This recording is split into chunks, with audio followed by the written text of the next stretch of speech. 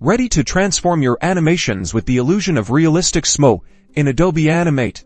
Let's start a new project in Adobe Animate and choose a suitable frame rate, like 24 frames per second. Now, create a new layer, and rename it Smoke. On the Smoke layer, select the Oval tool to draw a circle shape. Fill the circle with a dark gray color to start, and remove the stroke. This will be the base of our smoke particle. Next, click on the circle and convert it to a graphic symbol. Name the symbol Smoke Particle. Inside the Smoke Particle symbol, take the selection tool and slightly alter the circle by deforming. Then, we can add some transparency to the circle to make it look like it floats. Now, back on the main timeline of our project, create a new layer named Particles. In the Particles layer, select the Rectangle tool and draw a rectangle for our base. Let's choose the color black. Go to the Properties panel and reduce the opacity to around 20%. That will make it look like dark smoke. Now, go to Frame 1 in the Particles layer. Right-click and choose Create Motion Tween. Extend the timeline so the Particles layer takes up our entire video. Double-click on the Particles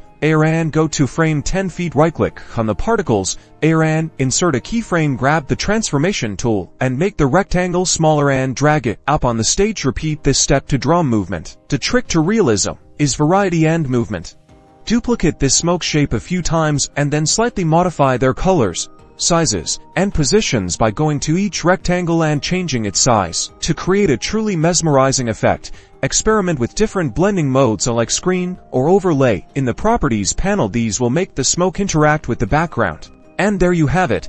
You've successfully created a dynamic and realistic smoke effect in Adobe Animate. Now, experiment with different shapes, colors, and movements to add more detail to your animations.